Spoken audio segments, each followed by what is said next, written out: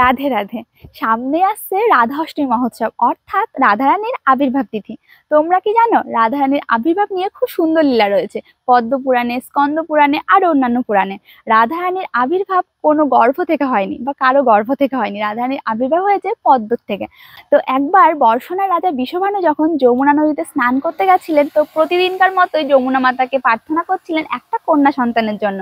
তো স্নানের শেষে উনি দেখছেন যমুনা নদীর থেকে একটা পদ্ম ফুল ভেসে আসছে, অনেক বড় একটা পদ্ম ফুল, আর সেখান থেকে না অনেক জ্যোতি বার হচ্ছে। তখন উনি ভাবছেন এত বড় পদ্ম ফুল তো আগে কখনো দেখেননি। তো উনি পদ্ম ফুলের কাছে যখন হেঁটে গেছেন, গিয়ে দেখে সেই পদ্ম ফুলের ওপরে একটা দিব্য কন্যা শুয়ে রয়েছে। তো এত সুন্দর সেই রূপ সেই কন্যার, উনি তো অনেক খুশি হয়ে গেছে। তো সেটাই হলো শ্রীমতী রাধারানী। তো সেই রাধারানীকে নিয়ে উনি বাড়িতে এসেছেন। উনি তো অনেক খুশি যে এত সুন্দর উনি একটা কন্যা পেয়েছেন, যমুনা মাতা উনাকে উপহার দিয়েছে। তো তারপরে কিছুদিন দিন দিন কাটে, তো সেই কন্যা কথাও বলে না, তাকায়ও না। তখন না রাজা বিষভানু অনেক দুঃখ পেলেন যে এই কন্যা হয়তো বা কালা বা বোবা এরকম একটা। তো উনি কিছু আর পথ খুঁজে পাচ্ছে না। আর এদিকে কি হয়েছে, নারদ মুনি শুনেছেন যে গোলকেশ্বরী ব্রজে আবির্ভূত হয়েছে। তো উনি তো অনেক এক্সাইটেড যে কখন সেই রূপ দর্শন করব। তো নারদ মুনি এসেছেন ব্রজে সেই বিষভানুর বাড়িতে বাড়িতে এসে তো কন্যা সন্তান, তো সেই কন্যা সন্তানকে দেখতে চেয়েছেন। তখন বিষভানু বলে যে হ্যাঁ সবই ঠিক আছে প্রভু, কিন্তু আমার এত একটু কষ্ট যে এই সন্তান না আমার কথাও বলতে পারে না, তাকায়ও না, এমনকি কানেও শোনে না, হয়তো এরকম সমস্যা। তো তখন নারদ মুনি বলছে কই দেখি। তো দেখে তো উনি তো চিনতে পেরেছে যেটা সেই গোলকেশ্বরী। তো উনি বলেছে আপনি অনেক ভাগ্যবান যে এমন একটা কন্যার আপনি পিতা হতে পেরেছেন। তো আপনি কি করবেন, আপনি ওনার অন্নপ্রাশনের ব্যবস্থা করুন। যখন সারা গ্রাম থেকে অনেক সাধুরা আসবে, ওনাকে কৃপা করবে, তখন দেখবেন সব ঠিক হয়ে যাবে।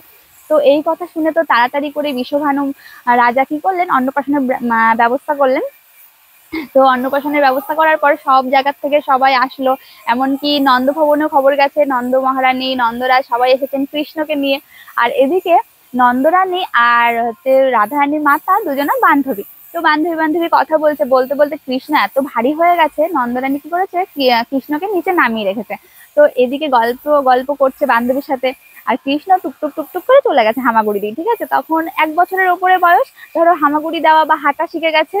তো গিয়েছে কোথায় গিয়েছে, যেখানে রাধারানী দোলনাতে শুয়ে আছে সেখানে। তো রাধারানীর দোলনার কাছে গিয়ে কি করেছে, আলতো করে চোখে হাত বুলিয়ে দিয়েছে। আর যেই হাত বুলিয়ে দিয়েছে অমনি রাধারানী তাকিয়েছে, তাকিয়ে ভগবান শ্রীকৃষ্ণকে দর্শন করেছে।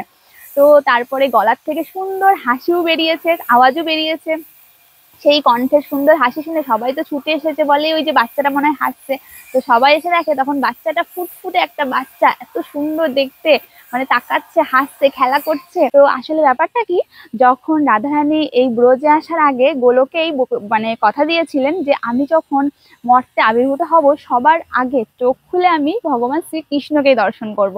তো এই জন্যই ভগবান শ্রীকৃষ্ণের পরশে তিনি চোখ মেলেছেন এবং তাকে দর্শনও করেছেন। শ্রীমতী রাধারানী শ্রীকৃষ্ণের আনন্দদায়িনী শক্তি বা আহ্লাদিনী শক্তিরূপে আবির্ভূত হয়েছিলেন। শ্রীমতী রাধারানী এবং শ্রীকৃষ্ণ এক, অভিন্ন।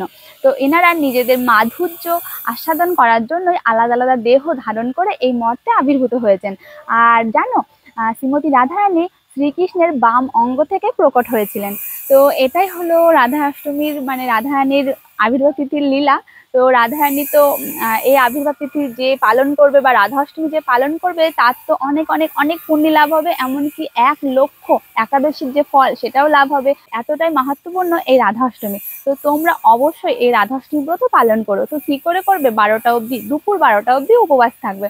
আর তারপরে রাধারানীর উদ্দেশ্যে ভোগ নিবেদন করবে, রাধারানীর প্রিয় প্রিয় খাবারগুলো দিতে পারো। এমনকি তোমরা মন্দিরেও যেতে পারো, যারা পারবে মন্দিরে যাবে, আর যারা মন্দিরে যেতে পারবে না, বাড়িতে চাইলে রাধা মাধবের অভিষেক করতে পারো। আর তারপরে 12টার পর সেই চরণামৃত বা রাধারানীর প্রসাদ খেয়ে, ভগবানের প্রসাদ খেয়ে সেই উপোস ভেঙে তোমরা অন্নগ্রহণ করতে পারো। তো এটাই হলো রাধারানীর মহত্ব। আর সামনে এবার রাধারানীর রাধাষ্টমী তো পড়েছে 31শে আগস্ট রবিবার। তো সবাই এই দিনটা অবশ্যই পালন করো। রাধে রাধে।